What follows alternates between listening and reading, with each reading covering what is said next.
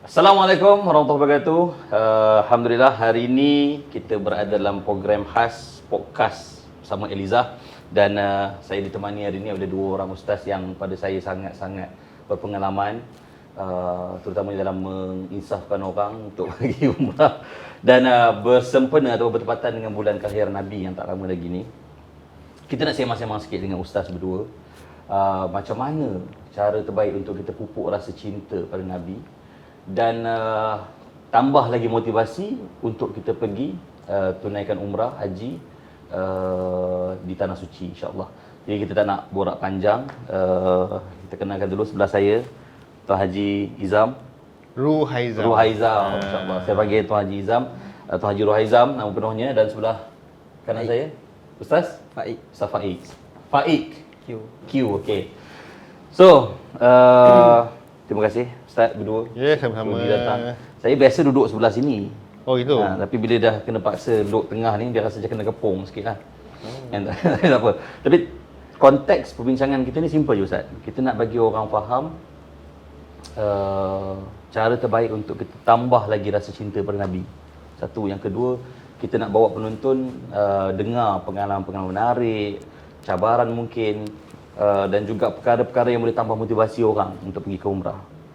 Cakap pasal umrah, pertama kali Ustaz, saya anggap macam Ustaz lebih senior lah sikit pada saya. Memang pun. Sedar. Okey, jadi pertama kali sampai ataupun jejakkan kaki di tanah suci Mekah, Madinah, umur apa Ustaz? Tahun bila? Tahun 2000. 2000. 2006. Tahun 2006. Time tu usia berapa Ustaz? Agak-agak. Masa tu umur usia baru 26 tahun. 26 tahun. Muda kan? Ya. Muda, Alhamdulillah. Dengan siapa? Boleh ceritakan sikit macam mana rasa nak pergi tu, tiba-tiba dapat mimpi ke ataupun saja je macam lifestyle ke? So, pergi tu sebab nak teman mak lah. Teman mak, okey. Mak nak pergi. So, okey lah bawa mak. So, setelah mak suruh saya carilah travel agency mana yang rasa sesuai. So, kita pilih satu travel agency daripada Singapura. Okey. Sebab Singapura punya package ni lebih up sikit lah. Up sikit maksudnya high end. Lebih high end sikit. Okey. Macam premium lah maksudnya time tu. Lebih kurang gitulah. Okey, okey. Lebih kurang gitu. Sebab kita nakkan keselesaan. So pergi lah. Berdua je. So dari Malaysia memang kami berdua saja. So yang lain semua daripada Singapura lah. Okey. Alright. Ustaz Faik pula. First time sampai? Saya Tahun? tahun 2013. 2013. Baru lagi ke lah. Time tu umur Umur 26 ke? 20 tahun. Lagi muda. Umur 20 kan. Sebab apa awal pergi ke sana? Memang duduk di sana dah ke? Belajar kat sana ke? Pergi daripada Jordan. Naik bas. Maksudnya belajar di Jordan? Belajar di Jordan. Okey. Daripada Mu'tah. Naik bas lebih kurang dekat 1 hari ke. Nak sampai masuk Madinah dulu masa tu. 1 hari 1 hari. Dia lama tu dekat dia punya checkpoint dia, checkpoint. Immigration. Okey. Tu pengalaman. Semua ada pengalaman umrah muda. Kita pergi umrah bila? Apa? Tahun? 2020. Lambat lah. Masa tu umur apa? Lambat insaf sikit. 30 kan? 29 Ustaz. 29. Okey tu. Sebelum series kan. Boleh lagi lah. Tapi tadi saya dengar Ustaz kata pergi dengan package daripada negara jiran sebab package tu premium. Maksudnya dalam nak bawa mak ni betul-betul pilih yang premium, yang terbaik kan. Bukan hanya sekadar nak pergi kan. Sebab apa pilih begitu? Sajalah nak appreciate mak ke ataupun apa perasaan menjawab pilih gitu package-nya? Nanti cakap riak pula kan. Tak apalah. Ni saya yang tanya. Disclaimer ni cuma cerita pengalaman. Okey. Silakan. So memang kalau nak bawa orang tua ni, nak bawa ibu sendiri, kena pilih package yang the best lah, yang terbaik bagi kita. Hotel yang paling selesa, Mekah Madinah yang paling selesa, perjalanan yang paling selesa. Bayangkan flight kami pergi ke Madinah, daripada Madinah nak ke Mekah Kami naik flight turun Jeddah. Oh. Bayangkan dia punya Tahun 2000. tahun Dulu 2000 kan. dia punya exclusive package tu. Kalau biasa naik bas lah time tu 2000-an tu. lah. Naik bas lah kan. Berjam-jam lah, 8 jam. Zaman tu dia 7-8 jam. Sebab bas masih dalam Old school. old school punya bas. School betul. sikit lah. Nak bayangkan mana di Madinah tu duduk dekat Daun Tauhid. Okey. Maknanya kalau sekarang orang duduk Daun Tauhid tu memang bapak have-have punya orang lah. Oh. Bayang itulah. Maknanya memang kita ambil the best package yang paling baik. Tapi sebenarnya itulah yang mengajar saya tentang erti sebenar package umrah. Sebenarnya yang orang nakkan sebenarnya bukan hotel, Okey. bukan flight. Okey. Tapi sebenarnya yang orang nakkan adalah bimbingan. Bimbingan Bagi hotel 5 star, bagi flight 5 star, tapi tak ada bimbingan. Bimbingan ni maksudnya di sana, di Tanah Suci. Bermula di sini sampai di Tanah Suci dan sampai balik semula ke sini. Itulah sebenarnya saya kategorikanlah sebagai penipuan sebenar yang orang tak tahu. Maksudnya rata-rata orang sanggup spend ni bila mana dia boleh dapat servis ataupun panduan di sini dan juga di sana. Ya, Orang betul. akan titik beratkan itu. Okey, saya bagi contoh lah Fadlan.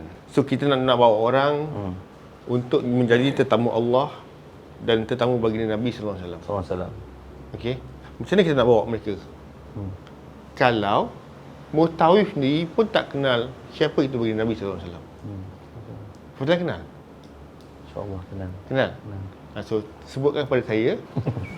Tak, saya yang tanya, saya tanya soalan. Oh, gitu. Ustaz tak tanya soalan. Saya formatnya adalah saya yang tanya soalan. Intercontinental. Intercontinental. Saya Madinah tu maaf. Salah hotel. Hotel ni adalah Intercontinental Hotel. So masa Ustaz tadi Ustaz nak kata macam mana mutawif nak bimbing jemaah dengan baik kalau dia sendiri pun mungkin tak mendalami ataupun tak faham lagi perkara-perkara yang patut dia ajar lah. Ya, betul. Saya rasa menarik tuan-tuan sebab cara Ustaz pergi kali pertama dengan bawa ibunya memilih package yang premium kan, daripada Madinah ke Mekah pun naik flight. Ustaz Faiz pula dia naik bas. Student punya style lah. Cowboy punya style sikit, dia naik bas 1 jam, satu hari untuk sampai di Madinah. Di sana tu memang ada mutawif ke ataupun sendiri? Masa tu senior bawa. Sini bawa, sini jadi mutawif dah ramai, grup ramai kecil. Ke tak? Grup tu satu bas lah. Satu bas. Oh, bas korang lah satu bas tu. Satu bas tu kita orang student semua, lepas tu, tapi ada yang lead lah, senior. Lepas tu ada yang bimbing, kawan dia, senior jugalah. Dua-dua. Sekarang diorang pun dia tahu salah seorangnya Dai Aiman lah, kalau dia kenal Dai Aiman. Okey. Itu kira senior. Senior. Okey. Beza sangat lah dengan Ustaz. Sebab Ustaz naik flight, kami naik bas. Tak tahu kos Ustaz berapa. Kami pergi hari tu kos umrah 124 dinar. Masa tu 4 dinar. kali RM4.5. Ustaz berapa package? Murah je. 10 Tak. ribu sampai $4,000 je. $4,000. Ringgit. Oh, zaman tu Itu dah naik dengan Singapura punya ni dah tu. So kalau kat Masjid Haram tu, yang duduk hotel depan sekali. Menarik. So hotel tu semua dah roboh lah sekarang ni. Tak ada dah naik bangunan baru. Lokasi tu adalah lokasi Hotel Safwa sekarang ni. Okey. Okey Ustaz, saya nak tanya pengalaman lah, pengalaman manis. Bila ini mungkin dalam bayangan saya. Ustaz dah pilih package yang terbaik. Bawa ibunda tercinta pergi. Bayangan saya dekat sana mesti ada banyak miracle yang Ustaz nampak. Maksudnya mungkin kalau Ustaz doa terus nampak ianya termakbul, ataupun dekat sana tu Ustaz jadi bertambah khusyuk, contohlah kan Ustaz ada lakukan. Jadi sebab dah premium, dah sediakan benda yang premium, bawa ibu dan sebagainya, share sikit pengalaman manis ataupun pengalaman yang tak boleh dilupakan lah. Masa tu manis lah. Okey. Kenapa? Sekarang dah jadi tak manis, kenapa? Sekarang dah jadi pahit. Okey. Maksudnya apa? Bila kita belajar hari demi hari, Okey. oh rupanya yang dulu yang aku pergi tu sangat tidak bermakna. Cara pengurusan. Dulu rasa syok pergi kan. Okey. Pergi Madinah, dapat sembahyang kat Masjid Nabawi, Okey. dapat pergi Universiti Islam Madinah, jumpa kawan kat sana. Seronok Itulah keseronokan.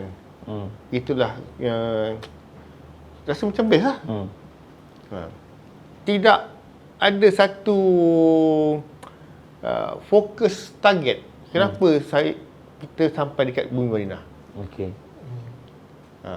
Jadi dan Tak ada target tu tadi maksudnya ustaz yang tak letak target ataupun tak dipandu ke mana objektifnya itu? dua-dua lah. Mengaku alhamdulillah. Yang dibawa ni tak reti.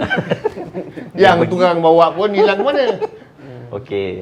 So apa yang saya boleh share adalah akhirnya bila dia orang tahu saya alumni Universiti Azhar, ramai orang yang rujuk pada saya pula. Dah saya ni pergi tanpa betul-betul well prepared. Pergi orang tanya macam-macam. Nak tahu apa soalan yang paling saya tak boleh lupa sampai sekarang? Apa? Ada seorang makcik tu umur ingat dalam sekitar 50 kot. 50 lebih. Ustaz, nak tanya sikit boleh tak? Saya ni dah lama tak datang head. Sekarang ni tiba-tiba keluar darah. Ni darah apa Ustaz? Wah, menjawab soalan dia. Dah pening aku jawab. Tapi jawab jugalah. Jawablah. Kalau maknanya kalau datang head balik tak mustahil. Betul. So itu head lah. Belum first time pergi dah dapat soalan berat. Tapi okey lah, boleh jawab. Kan? Tapi tepatlah jawapan tu insya-Allah lah. InsyaAllah betul lah. Okey, so pengalaman yang tak dapat lupa tu maksudnya Ustaz rasa masa pergi hari tu, masa pergi mula-mula tu, masa di sana dah rasa dah best dah. Tapi bila sekarang dah ada banyak pengalaman, mula sedar bahawa banyak kekurangan masa first trip tu. Banyak kekurangan. Contohnya saya buat umrah pun. Saya buat umrah pun. So group leader tu bawa lah pergi ke masjid, pergi Kaabah. Okey, ini Kaabah. Okey, nanti kita jumpa balik kat hotel. Oh. Free and easy. Lepas Kaabah free and easy. Okey, ini Kaabah. Okey, semua dah tahu kan? Tawaf sa'i semua. Okey. Kita jumpa kat hotel nanti Okey, bye. Saya rasa itu pun jadi ketakutan juga. Bukan ketakutan lah, jadi kerisauan kepada orang yang belum pernah sampai atau pernah mengerjakan umrah. Dia risau, takut dia buat tu betul, tak betul, terpotong kanting. Lepas tu kebanyakannya yang saya nampak lah kalau saya sembang kawan-kawan, even saya sendiri pun dulu rasa macam boleh ke pergi ni kan. So sebenarnya saya bernasib baik. Okey. Sebab ibu yang saya bawa ni dah pernah pergi umrah dan dah pernah pergi haji. Okey. Sebenarnya bukan saya bawa ibu saya yang bawa saya. Dari aspek ibadahnya lah. Kita adalah basic yang kita dah belajar sikit tu. Okey. Tapi untuk detail yang itu sangat kurang lah. Sebab nak pergi tu? Sebab mak nak pergi je ke? Sebab ada sebab mak lain? nak bawa saya pergi. Okey. Sebab mak saya dia memang dia plan bawa anak demi anak untuk pergi umrah. Okey. Gitulah. Sampai tanya ustaz baru pergilah dengan Memang saya turn pertama. oh ya. Okey. Alright. Ustaz Faik, momen indah dekat sana pertama kali sampai tu. Yang sekarang ni Ustaz Faik juga merupakan seorang mutawif dengan Eliza. Saya percaya ada juga banyak pengalaman lain. Cuma yang pertama kali tu, pengalaman yang rasanya tak boleh dilupakan apa? Okay. Masa tu sebagai student, walaupun macam Ustaz Reza sebut, walaupun kita student bidang agama, tapi kita belum ada pengalaman yang kita berada di sana. Memang kita akan rasa macam kita tak tahu apa-apa lah. Okey. Jadi masa sampai sana yang bimbing tu adalah kawan kepada senior saya tu lah. Dia bimbing. Kita ada bawa beberapa orang. Saya follow dia. Memang apa yang kita belajar tu tak adalah perfect sangat macam sekarang khusus umrah. Ikut. Saya ada ketakutan sama macam orang-orang sekarang takut lah. Takut apa tu? Takut tengok Kaabah. Takut tak nampak tengok Kaabah. Ya, sebenarnya benda tu perasaan tu bagus. Perasaan kita sedar kita ni banyak dosa apa semua kan. Kita takut benda tu. Bila dah nampak tengok Kaabah tu, alhamdulillah, rasa lega, alhamdulillah nampak tengok Kaabah macam tu. Lepas Rasa tu diterima sempurnakan semua. Yang indahnya masa tu betul Ustaz, apa yang Ustaz beritahu, kita dapat datang kat tempat tempat yang baik. Lepas tu kita dapat buat umrah. Lepas tu saya ada target masa tu. Kali ni aku nak buat, satu hari aku buat 2 kali lah. Sebab masa tu dah ada pandai cakap Arab apa semua kan. So boleh buat sendirilah. Try buat 2 hari. Rasa sebab inilah peluang nak tambah pahala lah, macam tu. Jadi buat 2 hari. Buat satu kali, buat satu hari tu 2 kali. Tombang juga tombang. Penat. Tapi pengalaman indahnya hampir tak ingat sebab dah banyak kali pergi kan. Tapi memang tu rasalah itu first time, seronok, tempat tu cantik. Semangat nak buat ibadah. Tapi tu saya nampak sebagai cabaran juga. Bila dah selalu pergi tu, adakah dia rasa biasa Ustaz? Macam Ustaz sendirilah nak bawa jemaah, ataupun mungkin ada orang dah setiap kali pergi. Kalau katalah jawapannya iya, rasa biasa, macam mana nak bagi rasa wow tu sentiasa ada? Okey Fazlan, sebelum ni saya pergi. Okey. Saya pergi dengan Ustazah. Dalam dengan kami pergi tu, setiap kali kami pergi tu, minima kami akan buat umrah 7 kali. Okey. Ush. 2 kali Kalau Faik sekali 2 kali tombang, kira lemah. Lemah lagi lah. Okey. Sabar Ustaz. Lagi. Walaupun bulan puasa, Bantai juga. Bantai juga. Kami buat target minimal 7 kali. Kenapa beria nak buat nombor 7? So 7 kali umrah pahalanya sama dengan 1 haji. Tapi itu hadis yang dhaif. Okey, tapi kita boleh pakailah untuk semangat, untuk motivasi kita punya umrah. Kita punya ibadah. Okey, memang pulun lah. Bayangkan kalau kita tengok lepas habis tarawih terus pergi ambil mikot, balik tu buat umrah tu laju. Sebab nak kejar balik untuk sahur dekat hotel. So kita ada masa dalam 3 jam.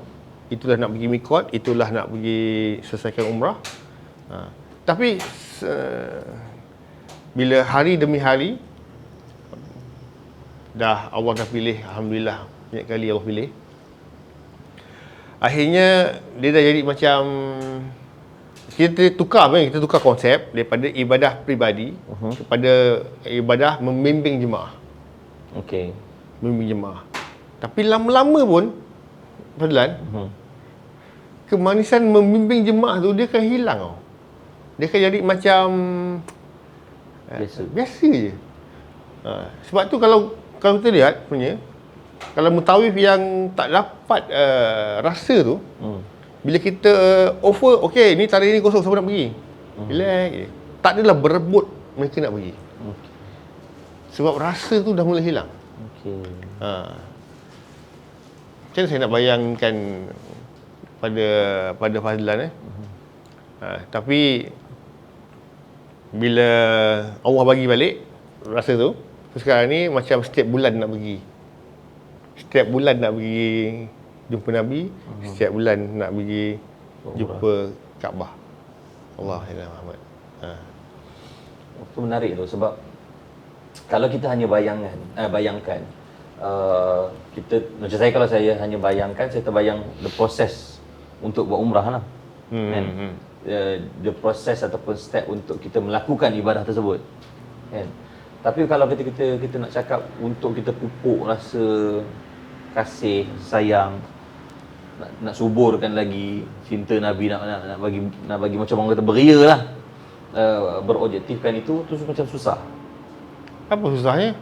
Share tips sikit Ustaz. Gila pula. Salah saya. Tak payah. Kenapa saya yang soal bukan Faik? Lepas ni nak bagi Faik awak dulu sampai awak.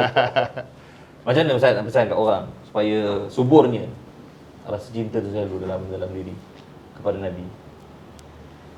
Dia manusiawi kan. manusiawi. Perasaan tu bila kita rasa manis tu bukan manis yang bertujuan kerana Allah, maka manis tu akan hilang. Okey. Mungkin manis tu kita rasa manis tu seronok, seronok bimbing jemaah apa semua. Tapi kalau seronok tu kita tak fokus kerana Allah, maka dia akan dah lah akan ada perkataan dah lah okey kot, dah lah. Oh. Masa buat ibadah tu maksudnya. Kita sendiri kena pupuk. Kita kena cari sebab kenapa kita jadi macam tu. Okey. Baru bila kita dah cari sebab, bila kita cari, kita jumpa, itu cabaran lah. Itu cabaran untuk supaya kita sentiasa ada rasa cinta tu. Macam mula-mula kalau ada orang dia suka untuk belajar sesuatu, tapi masa dia sekolah rendah kan, dia suka belajar, suka satu subjek. Tapi bila dah aku dah tahu dah tentang ni, tak payahlah, dia dah tak ada minat dah, dia tak teruskan. Macam tu lah. Sebab tu susah nak subuh. Sebab dia rasa dia dah tahu, dia dah berjaya. Kalau macam sekali buat umrah tu cukup lah kot kan. Ustaz ada tambah sikit? Banyak tambahan ni. Silakan. Allahu Akbar. Saya dah melalui proses yang agak panjang lah pada dulu saya. So dalam sekitar 11 tahun dalam dunia umrah ni yang Allah pilih, alhamdulillah. Okey. Dan jemaah yang saya dah bawa pun so angkanya 1000 lah. Yang saya sendiri bawa pun dah ribu-ribu lah. So apa yang sebenarnya kita kena ada fokus. Sebelum ni saya bawa jemaah, saya fokus, contohnya trip ni saya nak bawa supaya at least pun dia kenal 20 daripada 99 Asmaul Husna. Okey. Trip ni saya nak bawa at least pun saya nak bagi dia faham apa itu surah Fatihah. Okey. So tapi sebenarnya saya nampak benda tu okey, tapi yang terbaik sebenarnya kita kena letak satu target yang lebih besar. Okey. Dan saya ubahlah niat saya. Kalau saya bawa grup lepas ni, insya-Allah saya nak bawa, nak bimbing mereka daripada Malaysia pergi ziarah bagi Nabi SAW. So targetnya mesti dapat mimpi Nabi SAW. Maksudnya ustaz nak bimbing sampai orang insya-Allah diberikan kesempatan untuk mimpi Nabi. Macam tu. Mudah-mudahan. Kalau Nabi redha. Pertama, Maksudnya macam ni, maksudnya ustaz nak bagi panduan, guide pada jemaah supaya dia boleh do something supaya dia boleh mimpi Rasulullah, macam tu. insya-Allah bismillah. Oh, possible Ustaz Possible Kenapa impossible? Yelah, orang yang marahin saya ni rasa impossible lah. Maksud orang yang orang biasa macam saya, kawan dan sebagainya, yang mungkin hal-hal fardunya ada tergelincir lagi. Cuma maksudnya ustaz nak bagi cara mimpi Rasulullah tu. Dan ianya boleh direalisasikan. Pertama, okey. apa yang kita nak daripada jemaah yang kita bawa adalah jemaah redha dengan khidmat yang kita berikan. Sebagai mutawif. Sebagai mutawif. Okey. So dengan keredaan daripada jemaah, insya-Allah, okey, Nabi akan redha sebab kita bawa tetamu dia dengan sebaik mungkin. Okey. Tu dua benda yang kita kena sangat jaga Sebagai mutawif tadi. sebagai mutawif. Okey. Sebagai jemaah macam saya yang pergi yang bulan 10-11 ni. Jadi jadi apa yang kita boleh bimbing jemaah adalah kita bagi dia kenal Nabi, cinta Nabi, macam mana ibadah yang terbaik supaya akan capai dia punya matlamat untuk ziarah Nabi pada kali ini, at least pun dapat mimpi jumpa dengan Nabi. Siapa yang pernah jumpa mimpi dengan Nabi, mungkin nampak dari belakang, kali ni kita target dapat sisi pula. Siapa yang dah pernah nampak sisi, kita target lepas ni nampak depan. Dah nampak depan, nampak lebih dekat. Maksudnya sekarang ni, kita cakap pasal sekarang ni, 2023. Ya. Ada orang yang pernah dan boleh mimpi bertemu Rasulullah. Macam tu? Tentulah boleh. Masya Allah. Kenapa Fadlan rasa macam mustahil? Sebab terkenangkan hal ni sendiri. Saya pun sama kat Fadlan. Saya juga sama macam Fadlan. Macam aku ni layak ke nak mimpi Nabi? Ya, soalan gitu. Betul. Okey. Tapi saya dapat jawapan lah baru-baru ni bila saya pergi bersama Al-Fadil Ustaz Muhammad Nizam Al-Banjari. Okey. So dalam bisnes kita ada target. Kan? Dalam kerjaya kita ada target. Dalam urusan kewangan pun kita ada target. Tapi kenapa kita tak target nak mimpi Nabi? Target, kenapa tak target untuk mimpi Nabi saya? Biasa kalau saya Okey, dengar. lepas tu kita target nak masuk syurga. Betul. Tapi mimpi Nabi pun tak pernah. Tak, biasa saya dengar macam ni. Kita, Ustaz selalu sarankan kita banyak selawat. Betul. Okay, sebut nama Nabi, selawat dekat Nabi. Dan Nabi dengar setiap selawat yang kita ucapkan. Siapa yang banyak selawat, mudah-mudahan dibangkitkan nanti di padang mahsyar, berada dalam kelompok dengan Nabi lah, belakang Nabi dan sebagainya, dekat dengan Nabi. Ya, betul. Itu normal lah saya pernah dengar. Normal lah. Maksudnya kita dah baca selawat, dari kita jadikan dia sebagai zikir harian 100 kali sehari, 1000 kali sehari, mungkin 5000 kali sehari. Mudah-mudahan banyaknya selawat itu, and kita dapatlah syafaat Nabi nanti di sana. Tapi ni Ustaz tengah cakap pasal sekarang Ustaz, mimpi bertemu Nabi sekarang. So selawat ni adalah satu benda yang sangat powerful. Okey. Sekali kita selawat pada Nabi, Sama-sama. so Allah selawat pada kita 10 kali. Kita solat, kita puasa, kita sedekah. Adakah kita dapat direct daripada Allah? Allah bagi pada kita. Saya nak call Cik Fadlan, saya mesti ada kredit. Mesti ada top up. Baru saya boleh call. Okey. Kalau saya tak ada kredit, saya boleh receive call. Cik Fadlan boleh call saya. Okey. Okay. So, kalau Nabi Muhammad sallallahu alaihi wasallam nak jumpa dengan kita, tak payah ada kredit pun kita boleh jumpa. Okey. Tapi kalau kita nak jumpa dengan Nabi, kita nak call Nabi, kita mesti ada kredit, mesti ada top up. So kita kena top up secukupnya, barulah boleh mimpi atau berjumpa dengan baginda Nabi SAW. Itu bahasa yang mudah lah. Top up secukupnya ni maksudnya selawat lah.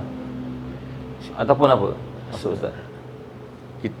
Selawat, sedekah, macam-macam lah. Padahal kita boleh buat insya-Allah. Saya Padahal nak detail ke? Saya berminat untuk tahu detail lagi. Tapi sekejap lagi kita simpan sekejap. Ustaz tanya, Ustaz dah pernah dapat tip macam ni? Dah pernah mimpi Rasulullah? Fadlan, sebelum Faiz cakap, okey. Adakah mungkin kita bertemu dengan seorang yang kita tak kenal? Kita bertemu dengan seseorang yang kita tak kenal. Bertemu je, berjumpa je. Top up banyak ni. Okey. Top up dah banyak. Tapi nak call siapa? Okey. Tak kenal orangnya. Sebab itu, Fadlan, cara kita ada top up, tapi kita wajib kenal siapa yang kita nak call. Okey. Maksudnya amalan ataupun rutin ataupun selawat tadi tu haruslah kita aimkan betul-betul agar supaya salah satunya kita request ataupun kita ajak untuk jumpa Nabi, untuk mimpi Nabi. Sebagai contohlah, okey. Daripada 1000 lebih mukjizat bila Nabi SAW, berapa yang kita tahu? Fadlan tahu apa? Boleh kira, tak habis gila jari kau setakat kira ni. 1000 lebih lah. Saya confirm lah boleh 1000 lebih kan. Wah, baik sangka. So itu juga satu benda yang kenapa aku tak boleh mimpi Nabi Dan saya pula terbalik. Bila Ustaz Nizam bagi tahu, logiknya saya banyak belajar tentang Nabi. Tapi kenapa saya tak target jumpa Nabi? Itu dia punya proses. Okey. Mungkin kalau saya punya aim saya untuk bawa jemaah untuk jumpa dengan Nabi. So di Malaysia kita dah bawa program untuk dia mengenal Nabi. Banyakkan selawat. So target bila sampai ke Madinah, sebab dah hampir dengan jasad baginda Nabi SAW, lebih mudah untuk kita mimpi Nabi SAW. Fazlan nak join? Mesti nak lah. Kan? Saya masih free lagi bulan 11. Menarik tuan-tuan. Saya rasa sebab biasa kita dengar pergi umrah balik oleh-oleh lah jadi perkara yang kita nak balik azam-azam dan sebagainya. Tapi kalaulah andai kata Allah rezekikan kita, Allah pilih kita untuk mungkin walaupun sesaat mimpi bertemu dengan baginda Nabi Muhammad SAW, satu kenangan ataupun buah tangan yang paling berharga saya kira. Kurniakanlah dapat melihat wajah mulia Nabi Muhammad di dalam mimpi walau sesaat, agar rindu kami terubat. Saya nak kupas panjang lagi, tapi kita dah ada dekat hujung siaran program kita. So sedikit Ustaz, secara kesimpulannya, ringkasnya, kalaulah kita berhadapan dengan orang yang belum ada rasa bersungguh-sungguh nak pergi, ataupun rasa macam apalah, aku pergi tempat lain dulu, baru pergi ke Mekah, Madinah, baru jumpa Nabi, baru buat umrah, apa yang Ustaz nak cakap? 50,000 tahun tempoh di padang mahsyar. Baik. Yang pada ketika itu kita tak bawa apa-apa pun. Walau pakaian, walau seurat benang sekalipun. Dan pada ketika itu kita sangat memerlukan syafaat dan minum air daripada Telaga Kausar. So siapa yang boleh bagi kita minum? Nabi Muhammad SAW. Hanya baginda Nabi sallallahu alaihi wasallam.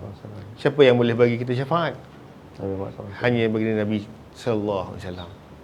Dan kalau dekat dunia kita utamakan untuk pergi ziarah tempat lain daripada ziarah kekasih Allah ini. So adakah kita layak untuk dapat syafaat dan minum daripada Telaga Kausar di padang mahsyar nanti? Wallahu a'lam. Baik. Ustaz sedikit komen Untuk yang nak pergi, untuk apa nak pergi, ataupun takut lagi, belum ada simpanan yang cukup lagi. kalau untuk orang yang kita boleh tanya semua orang Islam, dia akan kata nak pergi tak? Dia akan jawapannya nak. Tapi kalau jawapannya nak, dia tak akan jadi. Semua yakin nak pergi haji, nak pergi haji. Tapi dia kena ada usaha untuk menuju pada fokus tu. Okey. Usaha dan fokus tu, itu adalah tanda kita berdoa. Itu adalah tanda kita meminta dengan Allah SWT untuk menuju ke sana. Contoh. Usaha dia mampu adalah hanya untuk kumpul satu hari RM1. Itulah usaha yang Allah nak tengok. Tak adalah Allah nak tanya dia nanti masa di padang mahsyar, nak pergi umrah. Apa buat? Tak buat apa-apa. Kata je nak. Tak dan. Soal takut, soal apa semua, itu benda semua orang yang first time pergi akan rasa. Sebab dia tahulah, perasaan tu baguslah. Dia sedar diri dia adalah pendosa ni. Tapi usaha tu kena ada. Kumpul usaha kena RM1.